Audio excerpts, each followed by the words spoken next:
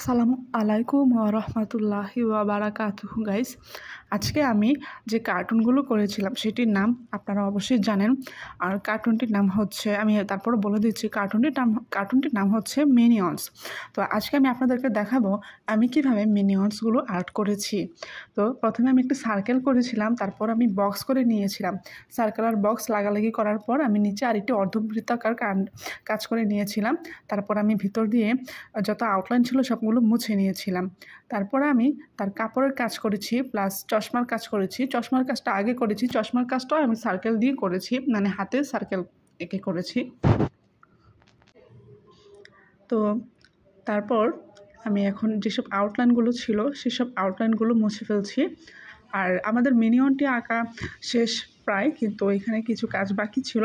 আর minion আঁকা অনেক সহজ, আপনারা যদি আর্ট করতে চান সেজন্য আমি আপনাদেরকে দেখা দিলাম যে কীভাবে মিনিয়নটি আর্ট করতে হয়। মিনিয়ন আর্ট করতে বেশি কিছু লাগে না, যেরকম বললাম ওই একটা ক্যাপসুলের মতো।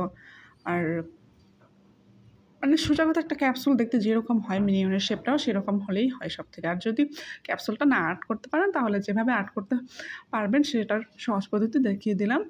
সার্কেল এবং বর্গক্ষেত্র বা বক্স, আশা করি বুঝতে পেরেছেন। সার্কেল এবং বক্স দিয়ে আপনারা খুব সহজে মিনিয়ন কার্টুনটি আর্ট করতে পারবেন।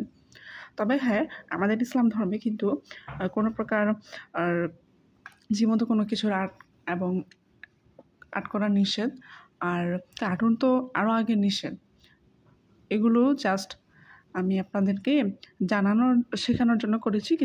কিন্তু এই জিনিসটা শেখার পর এটা আঁকবেন না। আর মানুষ বা প্রাণীর ছবি আঁকা বা কার্টুন চিত্র করা তো ডাইরেক্ট সেটা তো আপনারা জানেন।